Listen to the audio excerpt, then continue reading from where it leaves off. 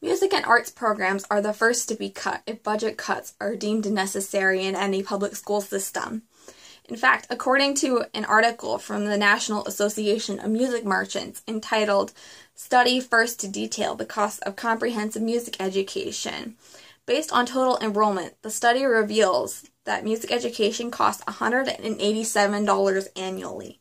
Costs average $195 per student at elementary levels, grades 1 through 5, where general music was mandatory per 3-day cycle. Per student spending averaged $189 in middle school and $143 in high school, where music is elective. The study also found that 50% of high school and middle school students participated in elective band, choir, and orchestra offerings. Now, I believe that art and music programs should be funded in public schools across the United States. Now, you may be thinking, why, Michaela? Why do you believe this? Well, it has been proven that students who participate in art and music programs have better reasoning skills, and they also experience higher standardized testing scores.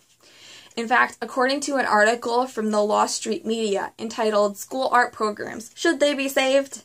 By Valerie Malta, students who took 4 years of art or music classes scored 91 points higher on their SAT exams than those who took half a year or less. Now, you may be thinking, with those statistics, why are art programs being downsized? Well, this article from Our Everyday Life by Erica Loop has the answer. This article, entitled Solutions to Cuts in Arts and Music Programs in Public Schools by Erica Loop, states that in a Common Core survey of over 1,000 3rd through 12th grade educators, 66% of teachers believe arts are being downsized due to overwhelming emphasis in language arts and math. These are educators in subjects all across the spectrum, from music to math to language arts to social studies to gym, all across the spectrum.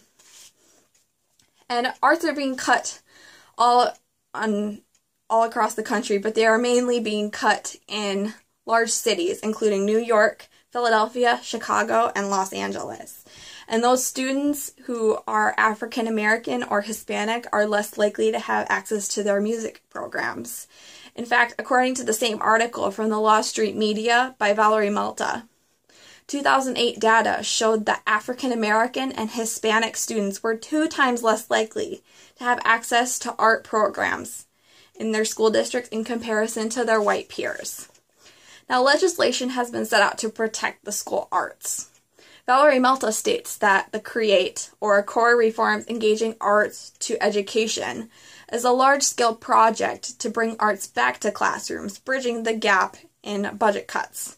And also, the Eugene Education Foundation, or the EEF, allots 30% of its grants to public schools. But there are often alternative funding sources needed. Erica Loop states that National Endowment for the Arts provides funding for art programs that are standards-based and reach children ages 5 to 18.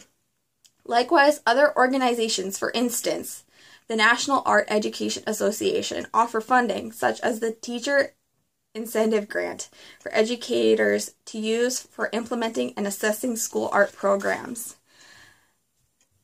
Common examples for alternative fundings include selling candy bars or holding a school car wash. At our school, we hold a soup and sandwich supper. Well, the school music programs ensembles perform. And that's our main alternative source of funding. Now, these are the reasons that I believe that school art programs and music programs should be funded.